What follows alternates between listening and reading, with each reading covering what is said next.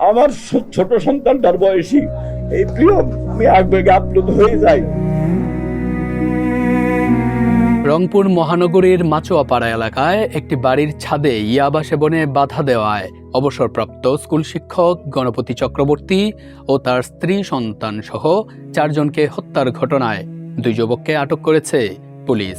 রবিবার দুপুরে নিজ কার্যালয়ে পুলিশ কমিশনার মোহাম্মদ আব্দুল মাবুদ এ তথ্য জানান। এর আগে 22 আগস্ট শনিবার দিবাগত রাতে নিজ বাড়ি থেকে গণপতি চক্রবর্তী, তার স্ত্রী প্রীতিলতা চক্রবর্তী, মেয়ে প্রার্থী চক্রবর্তী এবং ছেলে প্রিয়ম চক্রবর্তীর মরদেহ উদ্ধার করে পুলিশ।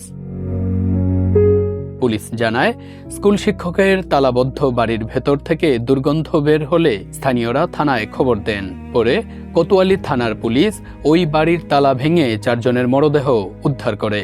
দেশের বর্তমান ব্যাংকিং পরিস্থিতি নিয়ে দুশ্চিন্তায় আছেন? প্রতিটি বিনিয়োগ এখানে পরিকল্পিত, বাস্তব এবং নিরাপদ। কল করুন বা হোয়াটসঅ্যাপ করুন স্ক্রিনে দেয়া নম্বরে। এ ঘটনায় রবিবার ভোরে মুগ্ধ দাস ও সিদ্ধার্থ দাস নামের 2 জনকে আটক করেছে পুলিশ।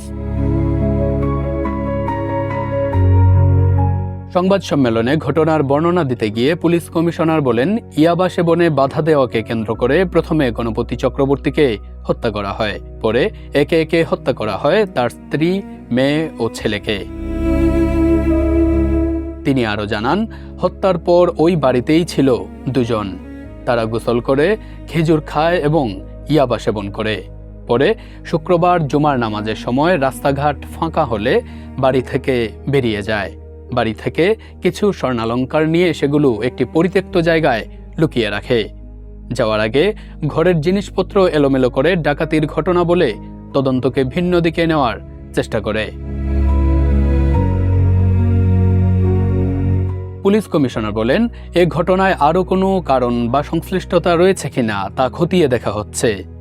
আটক 2 জনকে জিজ্ঞাসাবাদ সহ তদন্ত কার্যক্রম অব্যাহত রয়েছে।